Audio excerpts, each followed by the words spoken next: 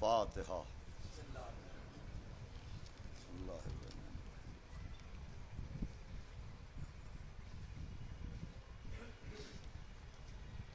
اعوذ باللہ السمیع العلی العظیم من الشیطان اللعین الرجیم. بسم اللہ الرحمن الرحیم. الحمدللہ رب العالمین. الصلاۃ والسلام علی سیدنا و نبینا و شفیعنا وطبیب قلوبنا مولانا مقتدانا بالقاسم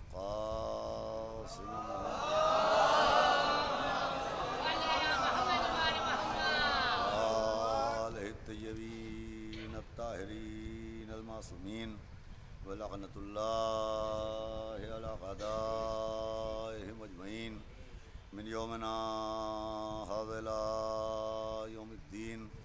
اما بعد فقد قال اللہ سبحانہ تبارک و تعالی فی القرآن المجید والفرقان الحمید. بسم اللہ الرحمن الرحیم.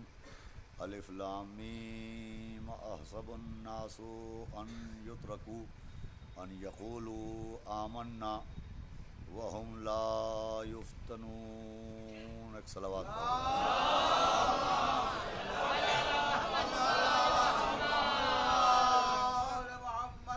حضرات بطفیل چہاردہ معصومین علیہم السلام اور بتصدق معصوم عالم شہزادی اولیاء حضرت بطول بنت رسول جناب فاطمۃ الزہرا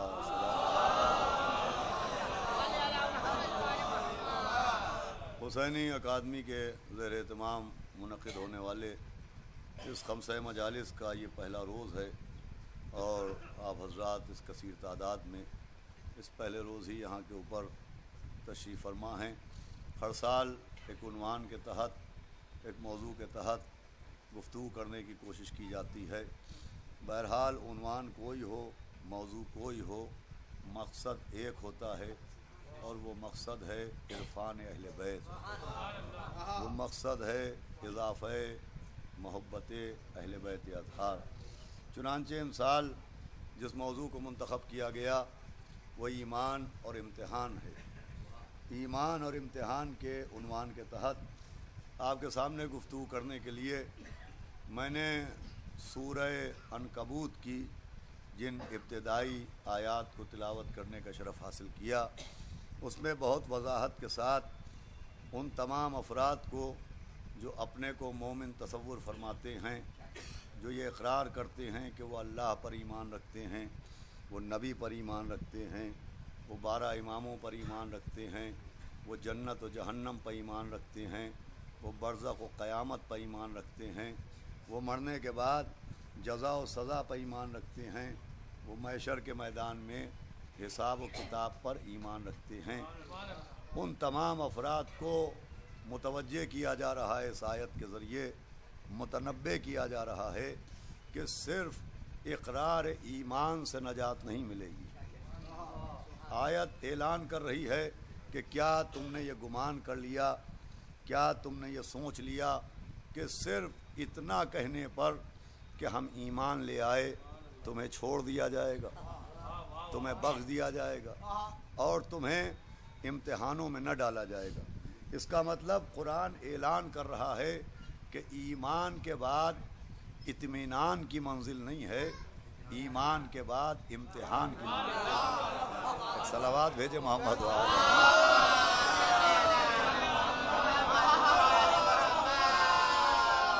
ایمان کے بعد اطمینان کی منزل نہیں ہے، ایمان کے بعد امتحان کی منزل ہے. ہر مومن کو اقرار ایمان کے بعد آمادہ امتحان رہنا چاہیے. ہر صاحب ایمان کو اقرار ایمان کے بعد امتحان کے لیے تیار رہنا چاہیے، اس لیے کہ یہ قرآن کا بڑا واضح اعلان ہے کہ جب تک مومن کو پرکھا نہ جائے، مومن کو آزمایا نہ جائے، مومن کو منزل امتحان سے گزارا نہ جائے، تب تک نجات نہیں ہوگی. نجات بر بنیاد اقرار ایمان نہیں ہے، نجات بر بنیاد کامیابی امتحان ہے.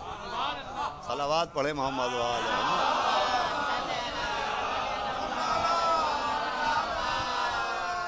اور مومنوں کو آزمایا جائے گا، مومنوں کو پرکھا جائے گا، مومنوں کو جانچا جائے گا، مومنوں کو منزل امتحان سے گزارا جائے گا. مگر یہ جو امتحان ہوگا تو یہ امتحان لینے والے کے اضافہ علم کے لیے نہیں ہے. یہ امتحان لینے والے کے اضافہ علم کے لیے نہیں ہے. ایسا نہیں ہے کہ اللہ کو علم نہیں کہ کلمہ دین پڑھنے والا، اقرار ایمان کرنے والا، کون اپنے اقرار میں سچا ہے، کون جھوٹا ہے، کون صحیح ہے، کون غلط ہے. یہ آزمائش، یہ پرکھنا، یہ امتحان اس لیے نہیں ہوگا کہ معاذ اللہ کو علم نہیں ہے. اور اللہ اپنے علم میں اضافہ چاہتا ہے کہ وہ دیکھنا چاہتا ہے کہ مومن کون ہے اور غیر مومن کون ہے. ارے جس کو اس نے اپنی صفتوں کا مظہر بنایا، اس کی ذوالفقار نسلوں میں چھپے ہوئے مومنوں کو پہچان لے تو اس کے لیے کیا دشواری ہے. یہ امتحان کی منزل اللہ کے اضافہ علم کے لیے نہیں ہے، یہ دوسروں کو عطائے یقین کے لیے ہے کہ دوسروں کو مومن کے ایمان کا اندازہ ہو سکے. چنانچہ سب سے پہلا امتحان جو آسمان پر ہوا وہ حضرت آدم اور فرشتوں کا امتحان ہوا. یہ امتحان اس لیے نہیں لیا اللہ نے کہ معاذ اللہ آدم کے بارے میں اسے علم نہیں ہے. جب اس نے اعلان خلافت آدم کیا تھا تو فرشتوں نے پوچھا تھا کہ اسے بنا رہا ہے جس کی نسلیں خوریزی کریں گی. تو آواز آئی تھی انی عالم ما لا تعلمون، میں جانتا ہوں تم نہیں جانتے. صلوات بھیجے محمد وآلہ محمد.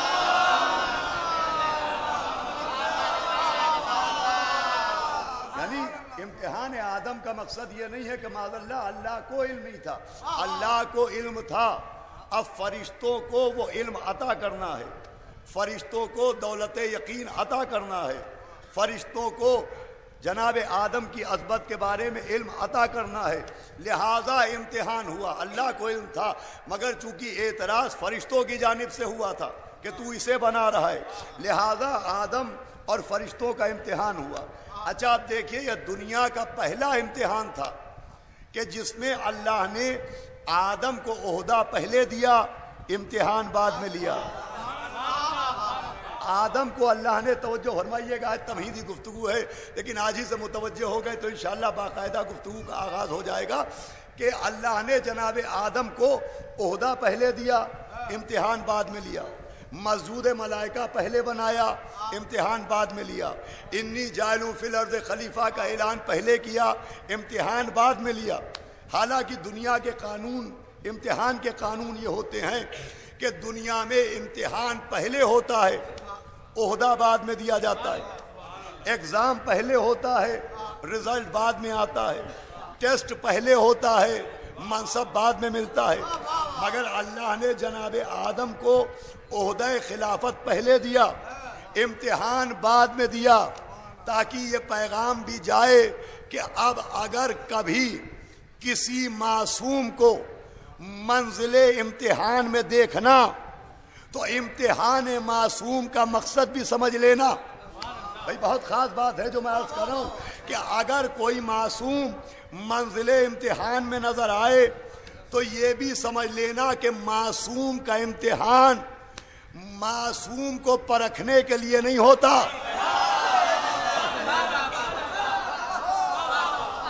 معصوم کا امتحان معصوم کو آزمانے کے لیے نہیں ہوتا، دوسروں کو رتبہ معصوم دکھانے کے لیے ہوتا ہے.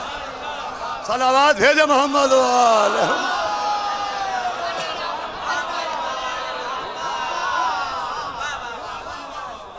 بھائی اگر کوئی معصوم، کوئی نبی، کوئی امام منزل امتحان سے گزرے تو یہ امام کا امتحان امام کو آزمانے کے لیے نہیں ہے، دوسروں کو رتبہ امام سمجھانے کے لیے ہے. اب اگر کربلا کو منزل امتحان سمجھا جائے تو کربلا میں امام حسین کو اللہ نے آزمایا نہیں ہے، آئینہ کربلا میں قد حسین دکھایا.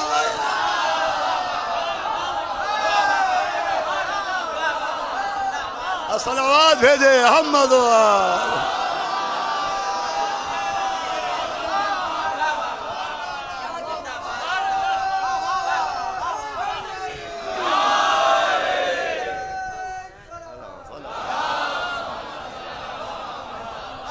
اگر کربلا کو منزل امتحان جانیے، کربلا کو منزل امتحان جانیے تو کربلا کے میدان میں مولا حسین کو آزمایا نہیں گیا ہے، کربلا کے آئینے میں رتبہ امام حسین سمجھایا گیا ہے۔ تو جو فرما رہے ہیں آپ، وہاں عظمت امام حسین سمجھائی گئی ہے۔ تو بہرحال ایمان کے ساتھ امتحان کا چولی دامن کا ساتھ ہے۔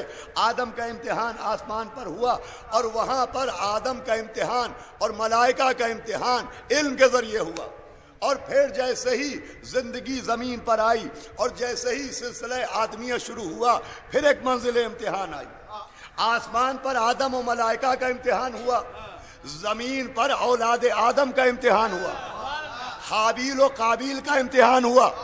اب وہاں پر امتحان کا ذریعہ بنا علم، یہاں حابیل و قابیل کا امتحان ہوا تو ذریعہ یہ بنا کہ حابیل و قابیل سے کہا گیا کہ اپنی اپنی نظریں لاؤ۔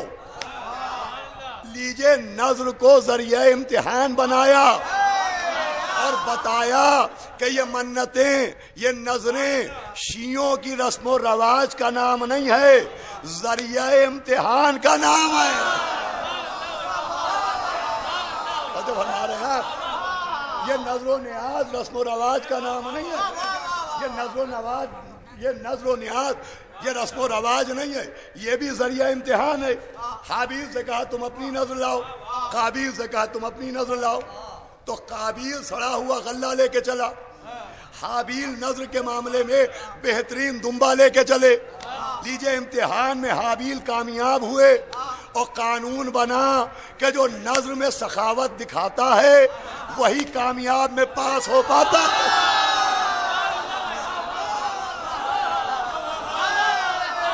صلوات پڑھے محمد و آل محمد۔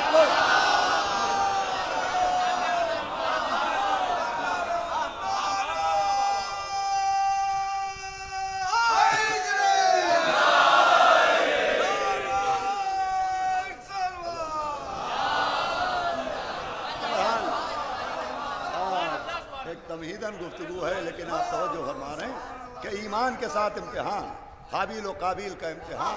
پھر وقت گزرا تو ایک سیلاب آیا، ایک طوفان آیا، ایک کشتی بنی، ایک نبی چلا اور ایک بیٹا پہاڑ کی طرف بڑھا۔ پھر منزل امتحان کہ ایک طرف پہاڑ ہے، ایک طرف کشتی نجات ہے۔ اب ایمان ہو رہا ہے کہ کون کدھر جاتا ہے۔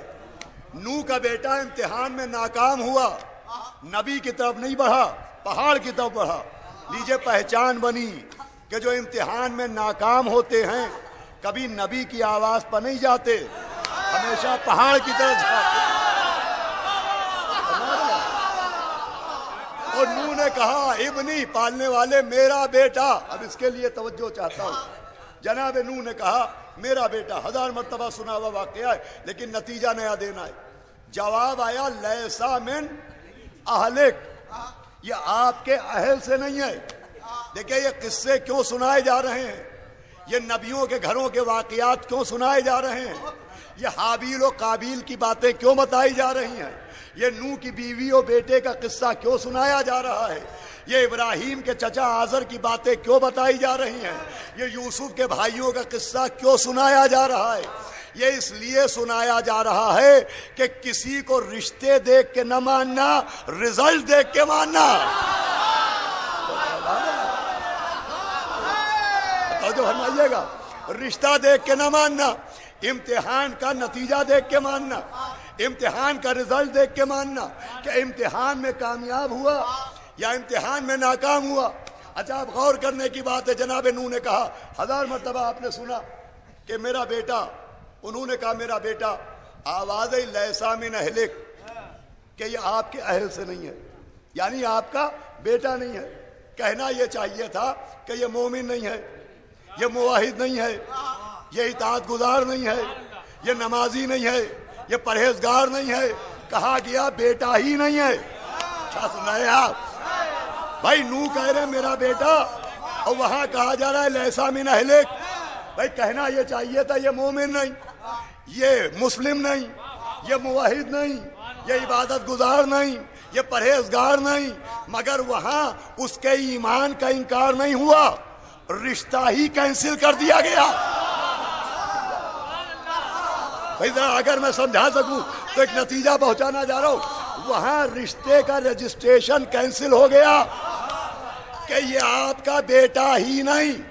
معلومات جو نبی کا نافرمان ہو، مومن تو مومن، رشتہ دار بھی نہیں رہ جاتا۔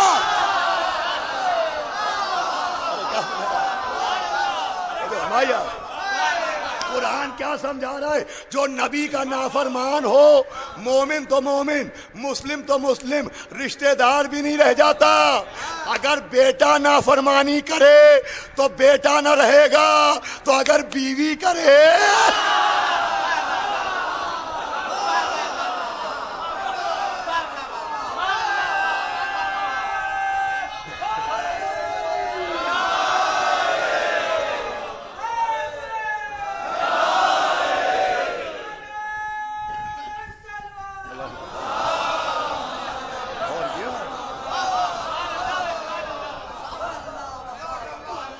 ادھر نبی کی نافرمانی کی تو وہاں ایمان سے خارج نہیں ہوتا۔ آپ نے غور کیا؟ وہاں صرف ایمان سے خارجہ نہیں ہوتا، وہاں صرف اسلام سے خارجہ نہیں ہوتا، وہاں رشتے سے بھی خارجہ ہو جاتا ہے۔ یعنی ادھر نبی کی نافرمانی ہوئی، قال لیسا من اہلک، یہ آپ کے اہل سے نہیں ہے۔ کیوں؟ انہو عملا غیر صالحین، کیوں نہیں ہے اہل سے؟ کیوں نہیں ہے اہل سے؟ قرآن نے اعلان کیا اس لیے کہ اس کا عمل غیر صالح ہے۔ اب بھائی دیکھیں، یہ بات اگر میں نے سمجھا دی تو آج کی محنت میری سوارت ہو جائے گی۔ یہ نوح کے بیٹے کا ذکر ہے قرآن میں، انہوں نے کہا میرا بیٹا، اللہ نے کہا یہ آپ کے اہل سے نہیں ہے۔ اب کیوں اہل سے نہیں ہے؟ کیوں بیٹا نہیں ہے؟ کیوں بیٹا نہیں ہے؟ یہ نہیں کہا کہ نسب میں نہیں ہے، کہا اس کا عمل غیر صالح ہے۔ اس کا مطلب عصمت سے رشتہ داری کا قانون سمجھایا جا رہا ہے کہ معصوم سے رشتہ داری کے لیے صرف نسب کی شرط نہیں ہے، عمل کی شرط بھی ہے۔ حضرت توجہ فرمائیے گا تو ایک نتیجہ دینا چاہتا ہوں۔ بھائی معصوم سے رشتہ داری کے لیے صرف نسب کی شرط نہیں ہے، وہاں عمل کی شرط بھی ہو۔ کون سا عمل؟ عمل صالح۔ توجہ فرما رہے ہیں نا؟ یہ قرآن ہے، آخری آدمی تک توجہ چاہتا ہوں۔ عمل صالح ہو تو بیٹا ہوگا۔ وہاں پر جو اسے خارج کیا گیا نسب سے، تو بر بنیاد عمل کہ چونکہ اس کا عمل عمل صالح نہیں، لہذا یہ آپ کا بیٹا نہیں۔ اس کا مطلب معصوم کا بیٹا ہونے کے لیے صرف نسب کی شرط نہیں ہے، عمل صالح کی شرط ہے۔ اب سمجھے معصومہ نے جناب عباس کو اپنا بیٹا کیوں کہا؟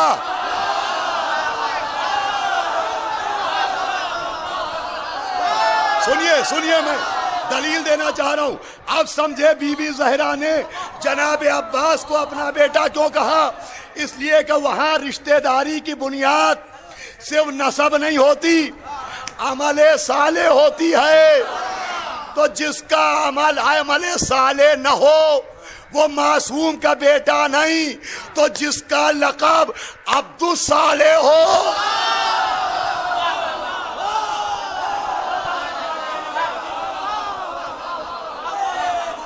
صلوات بھیجے محمد۔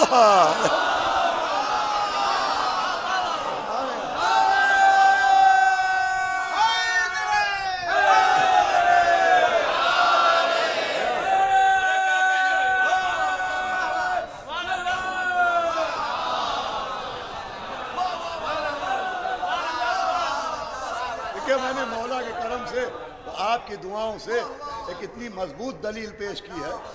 جناب عباس کی زیارت پڑھتے ہیں، السلام علیکہ ایھا العبد الصالح، جس کا عمل صالح نہ ہو وہ معصوم کا بیٹا نہیں۔ آئیے مولوی صاحب، ارے تشریف لے آئے، تشریف لے مولانا۔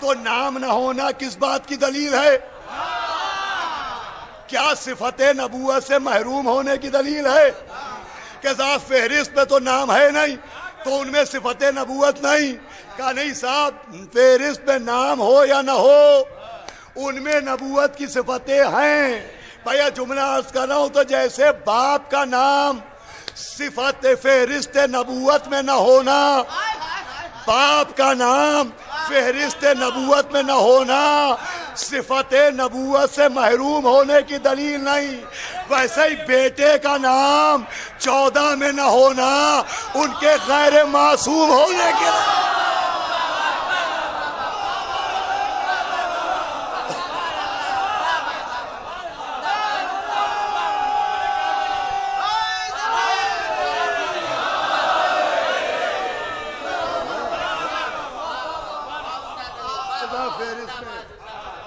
فہرست عصمت میں تو ان کا نام ہے.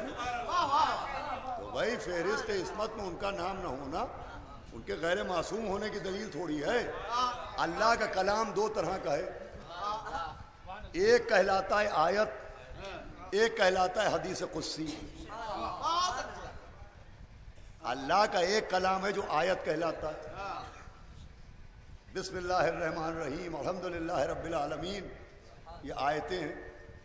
اور حدیث قدسی لولاک لما خلقت الافلاک، اے نبی آپ نہ ہوتے تو افلاک نہ ہوتے. اے علی اگر ساری دنیا آپ کی محبت پر جمع ہو جاتی، لما خلقت النار، تو میں جہنم کو خلق ہی نہ کرتا. یہ عجیب حدیث ہے، حدیث قدسی ہے یہ، کہ علی اگر ساری دنیا آپ کی ولایت پر جمع ہو جاتی تو میں جہنم کو خلق ہی نہ کرتا. اس کا مطلب جہنم اللہ نے بنایا نہیں ہے، دشمنان علی نے بنوایا ہے.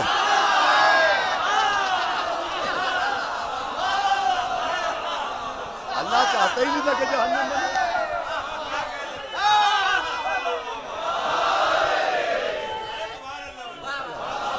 اور کیا تو عزیزو، بے پناہ حدیث قدسی کے عنوان سے حدیث کتابوں میں موجود ہیں. اے نبی آپ نہ ہوتے تو افلاک نہ ہوتے. فقراء میری عیال ہیں، المال و مالی، جتنا بھی مال ہے وہ میرا ہے. الفقراء و عیالی، سارے فقیر میری عیال ہیں.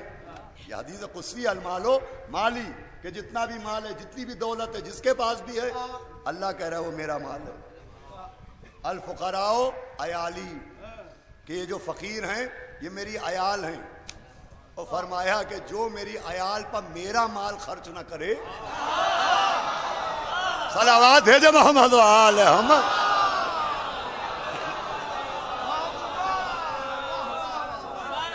یہ حدیث قدسی ہے. میرے بندے میرے قریب آ، میری اطاعت کر، میں تجھے اپنا جیسا بنا دوں گا. یہ حدیث قدسی ہے. یہ کیا ہے؟ یہ بھی اللہ کا کلام ہے. حدیث قدسی بھی اللہ کا کلام ہے، مگر یہ قرآن میں نہیں ہے. تو کیا حدیث قدسی کا قرآن میں نہ ہونا اس کے اللہ کے کلام نہ ہونے کی دلیل ہے؟ کیا حدیث قدسی کا قرآن میں نہ ہونا اس کے غیر کلام اللہ ہونے کی دلیل ہے؟ بھائی حدیث قدسی بھی اللہ کا کلام ہے مگر قرآن میں نہیں ہے. تو جو فرق آیت و حدیث قدسی میں ہے وہی 14 و عباس دلاور میں ہے.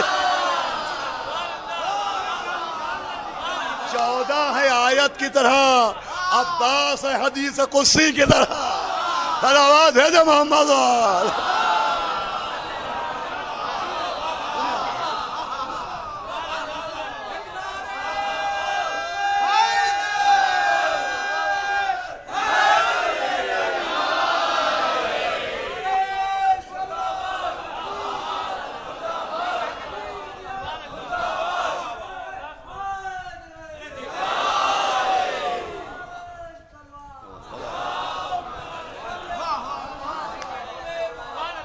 یہ بھی ایک امتحان ہے کہ حدیث قدسی قرآن میں نہیں ہے.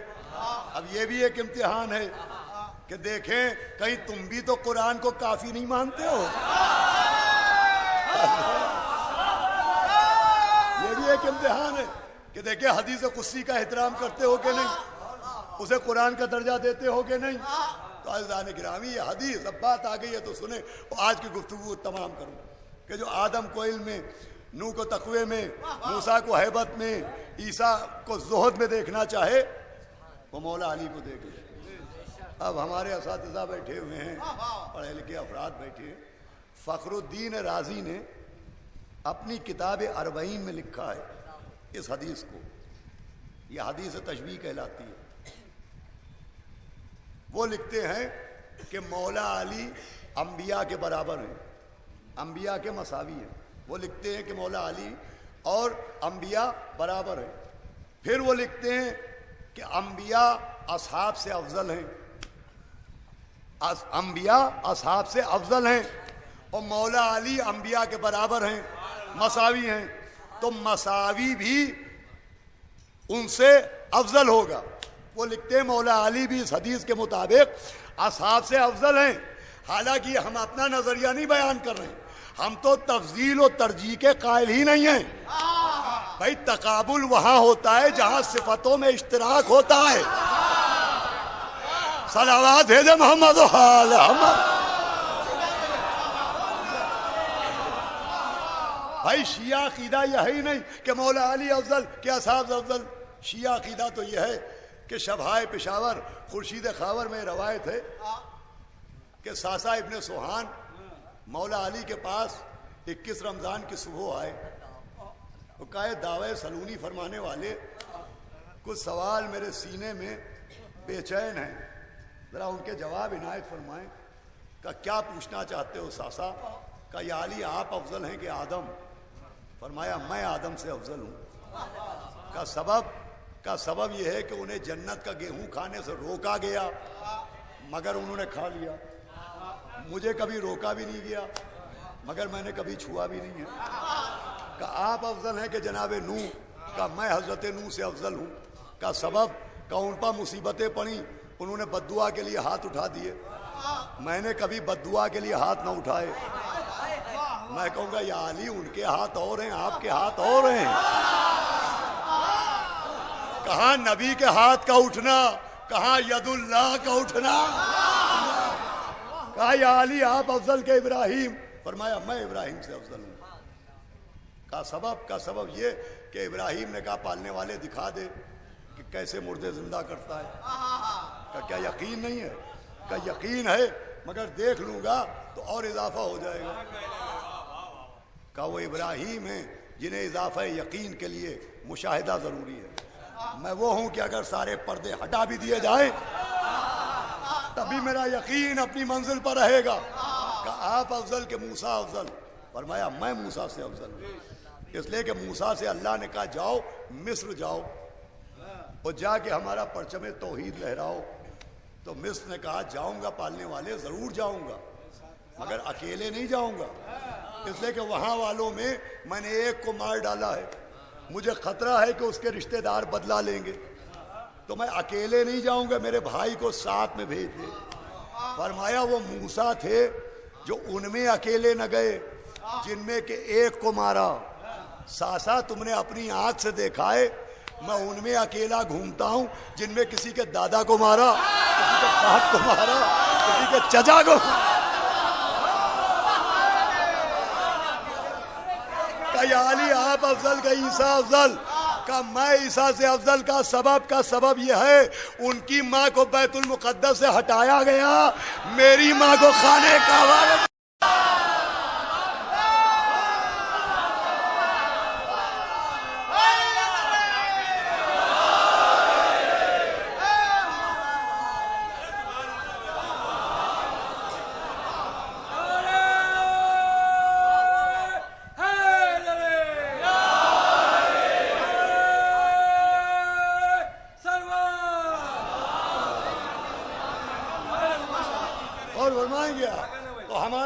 ہمارا یہ نظریہ، ہمارے علماء کا یہ نظریہ ہے کہ آخری نبی کو چھوڑ کے مولا علی سارے انبیاء سے افضل ہے۔ ہم اصحاب سے تقابل ہی نہیں کرتے، ہم اصحاب سے تقابل ہی نہیں کرتے۔ لیکن میں امام فخر الدین رازی کا نظریہ پیش کر رہا ہوں، وہ ایک نتیجہ اور گفتگو تمام۔ وہ لکھتے ہیں کہ انبیاء اصحاب سے افضل ہیں اور مولا علی انبیاء کے مساوی ہیں. تو جب وہ مساوی ہیں تو وہ بھی اصحاب سے افضل ہیں. چلیے فخر الدین رازی نے مانا کہ مولا علی افضل ہیں, صحابہ مفضول ہیں. جناب آدم کا جنت میں بھی ایک امتحان ہوا. کہا گیا آدم سب کچھ کھانا, یہ گیہوں نہ کھانا, مگر گیہوں کھا لیا, جنت سے نکال دیے گئے. کیوں؟ کیا گیہوں کھانا حرام تھا؟ کہ حرام نہیں تھا, افضل تھا کہ گیہوں نہ کھائیں. ان کے لیے افضل تھا کہ جنت کے میوے کھائیں, افضل تھا جنت کے پھل کھائیں. ان کے لیے افضل نہ تھا کہ وہ جنت کا گیہوں کھائیں, گیہوں تھا مفضول, جنت کے میوے تھے افضل. آدم نے افضل کو چھوڑ کے مفضول کو چن لیا, جنت سے نکال دیے گئے. ہم وہی سے سمجھے جو افضل کو چھوڑ کے مفضول کو چنے وہ جنت میں رہ نہیں سکتا, تو جو علی کو چھوڑ کے اصحاب کو چنے.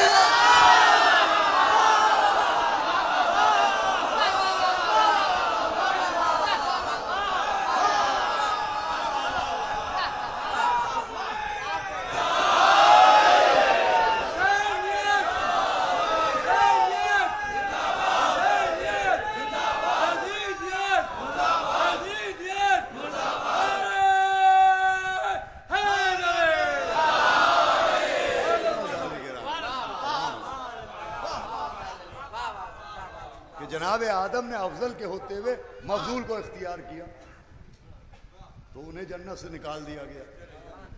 تو جو اہل بیت کے ہوتے ہوئے اصحاب کو اختیار کرے, معصوم کے ہوتے ہوئے ملعون کو اختیار کرے,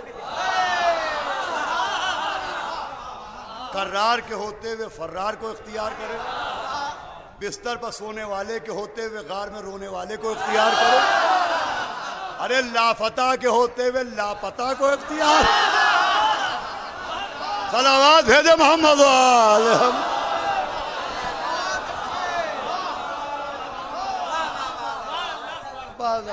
گفتگو کو تمام کرو. یہ بھی ایک امتحان, سب سے بڑا امتحان پیغمبر اسلام کے بعد امت مسلمہ کا ہوا ہے. امت مسلمہ کا سب سے بڑا امتحان پیغمبر اسلام کے بعد, اور وہ امتحان بذریعہ آل محمد ہوا ہے, اہل بیت اطہار کے ذریعے ہوا کہ ایک طرف دولت ہے, ایک طرف اہل بیت ہے, ایک طرف حکومت ہے, ایک طرف اہل بیت ہے, ایک طرف سلطنت ہے, ایک طرف اہل بیت ہے, ایک طرف تاج و تخت ہے, ایک طرف اہل بیت ہے, ایک طرف خواہشیں ہیں, ایک طرف اہل بیت ہے. دیکھیں کدھر جاتے ہو. یہ امتحان ہے عزیزوں. بغیر امتحان کے گزرے ہوئے ایمان کی صداقت کی دلیل نہیں ملتی ہے.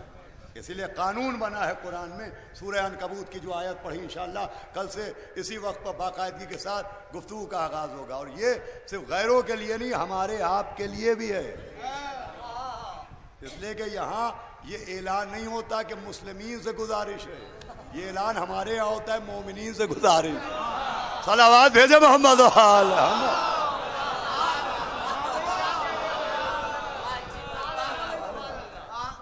ایمان کے ساتھ امتحان ہوگا. اس امتحان کی شکلیں کیا ہوں گی, اس امتحان کی صورتیں کیسی ہوں گی. جس کا جیسا ایمان ہوتا ہے اس کا ویسا امتحان ہوگا. جس کا جیسا ایمان ہوتا ہے اس کا ویسا امتحان ہوگا. ایمان کا جیسا درجہ ہوگا ویسا امتحان ہوگا. اب اگر کل ایمان پہ ایمان ہوگا تو مولا علی نے فرمایا اگر ہماری محبت ہے تو بلاؤں کے لیے آمادہ رہو, مصیبتوں کے لیے آمادہ رہو, مشکلوں کے لیے آمادہ رہو. یہ کوئی آسان راستہ نہیں عزیزان گرامی. آل محمد علیہ السلام کی محبت بڑا مشکل مرحلہ ہے. جنت جانا مشکل ہے, اہل بیت کی محبت میں آسان. جہنم سے بچنا مشکل ہے, اہل بیت کی محبت میں آسان. فشار قبر کی منزل مشکل ہے, اہل بیت کی محبت میں آسان. قبر کے سوال و جواب کی منزل مشکل ہے, اہل بیت کی محبت میں آسان. پل صراط سے گزرنا مشکل ہے, اہل بیت کی محبت میں آسان، ہر مشکل اہل بیت کی محبت کی وجہ سے آسان ہے، لیکن اہل بیت کی محبت آسان نہیں ہے۔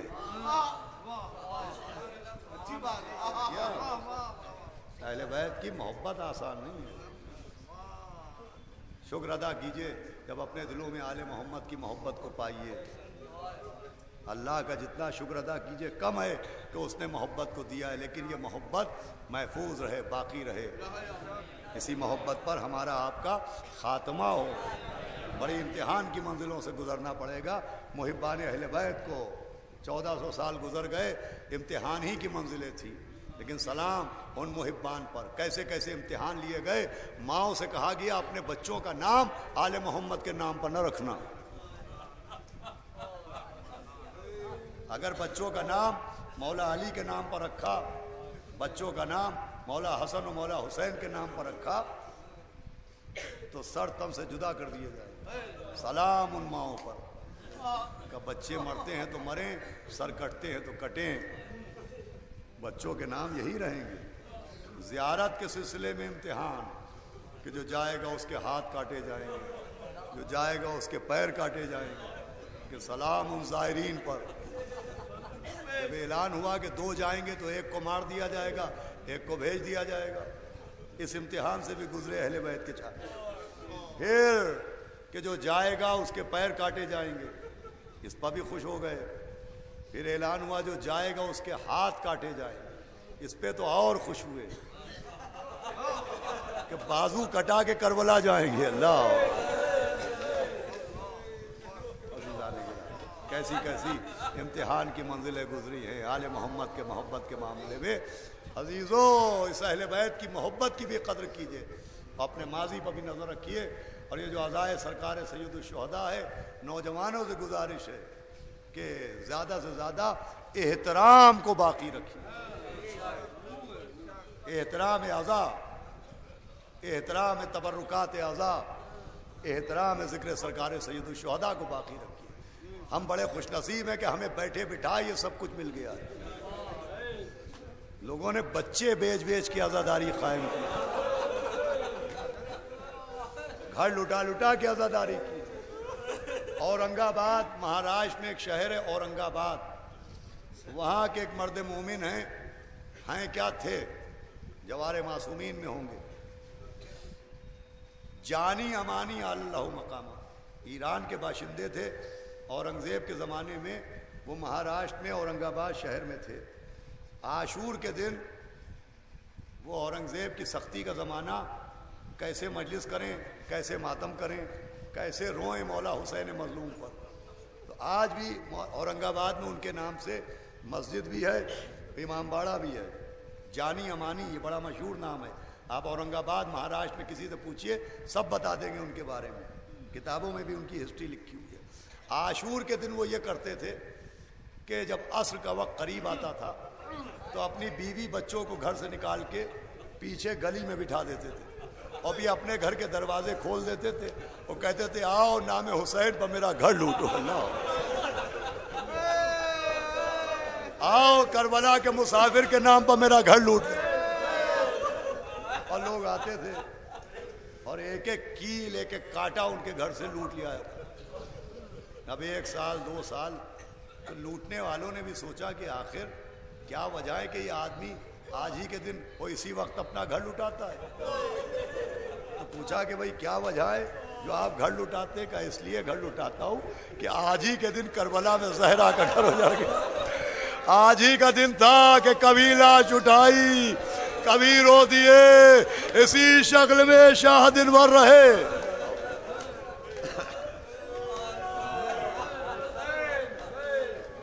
بڑی نعمت ملی ہے عزاداری، لہذا انشاءاللہ وہ منزل آئے گی کہ احترام بھی ذریعہ ایمان امتحان ہوا کرتا ہے۔ تو احترام کے ساتھ مولا حسین پر رونا، وہ تو مولا حسین کا نام ہی ایسا ہے کہ آدمی روئے۔ میں نے خود اپنی آنکھ سے یہ حدیث پڑھی ہے۔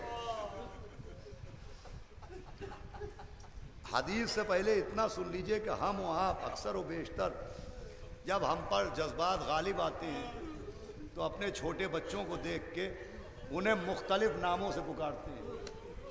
بچے کو دیکھا، جذبات غالب آئے، کسی نے دل کا ٹکڑا کہا، کسی نے آنکھ کا نور کہا۔ حدیث موجود ہے کہ مولا حسین گھر میں داخل ہوئے، مولا علی نے کہا آؤ مومن کے آنسو۔ اللہ اللہ اللہ، کامل زیارات میں آ میرے مومن کے آنسو۔ آنسو تو مولا حسین کے نام پڑے۔ خود مولا حسین نے فرمایا میرا نام نہیں آئے گا مگر یہ کہ مومن کی آنکھ میں آنسو آئے۔ یہ تو عزیزوں معرفت کی کمی ہے، یہ تو محبت کی کمی ہے، یہ تو غذاؤں میں طہارت کی کمی ہے، یہ تو ہم نجاست و طہارت کا خیال نہیں رکھ پاتے، ورنہ مولا حسین کو رونے کے لیے مصائب تھوڑی ہوتے ہیں، مصائب تو مر جانے کے لیے ہوتے ہیں۔ اللہ، یہ جو پڑھنا پڑتا ہے کہ یوں عباس کے بازو کٹے اور یوں اکبر کا سینہ چھدا اور یوں لاشے پر گھوڑے دوڑے اور یوں اصغر کے گلے پر تیر لگا اور یوں سوکھی گلے کاٹ ڈالی گئی، سوکھا گلا دبا کر دیا گیا۔ یہ تو مر جانے کے لیے، رونے کے لیے ہائے حسین، دل کی زینت درد حسینی، سر کی زینت پائے حسین، آنکھ کی زینت خالص آنسو، لب کی زینت ہائے حسین۔ اگر کبھی آپ باوضو ہو کے عزا خانے میں بیٹھ جائیں پورے خلوص کے ساتھ، نہ کوئی نوحہ پڑھیں، نہ کوئی مرثیہ پڑھیں، نہ کوئی مصائب سنیں، خالی ہائے حسین کہتے رہیے، دیکھیں کیا کیفیت ہو جائے۔ ہماری شیعت تو شیعت آدمیت دب کے رہ گئی ہے، ورنہ آدمیت کا تقاضا ہے کہ نام حسین آئے تو ہم تڑپ کے رونے لگے۔ جب جناب آدم کے پاس پنجتن کے نام بھیجے گئے کہ ان کا واسطہ دے کے دعا مانگیے، تو سب کے نام جناب آدم نے بہت آسانی سے زبان پر جاری کی، لیکن جب جبریل نے کہا کہو بحق الحسین، تو جناب آدم کی آنکھوں میں آنسو آئے، کلیجہ تڑپنے لگا کہ جبریل یہ کس کا نام ہے کہ جیسے ہی زبان پہ آتا ہے میرے دل میں درد ہونے لگتا ہے، میری آنکھوں سے آنسو بہنے لگتے، کہ بتاؤ یہ اس کا نام ہے جو کربلا میں 30 دن کا بھوکا پیاسا ہوتا ہے، ارے ایک دن میں جس کا عالم یہ ہوگا کہ صبح جوان نظر آئے گا، ظہور کے وقت کمر کو پکڑے، ایلا یا بنیا، ایلا یا علی۔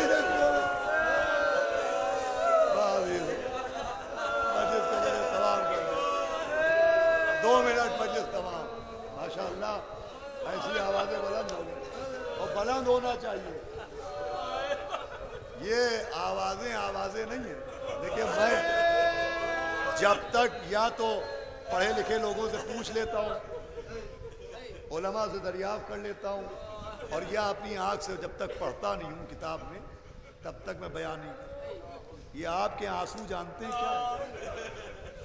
چھٹے امام نے فرمایا جو ہمارے جد کے غم میں روتا ہے وہ ہماری دادی سیدہ کی مدد کرتا ہے۔ اللہ،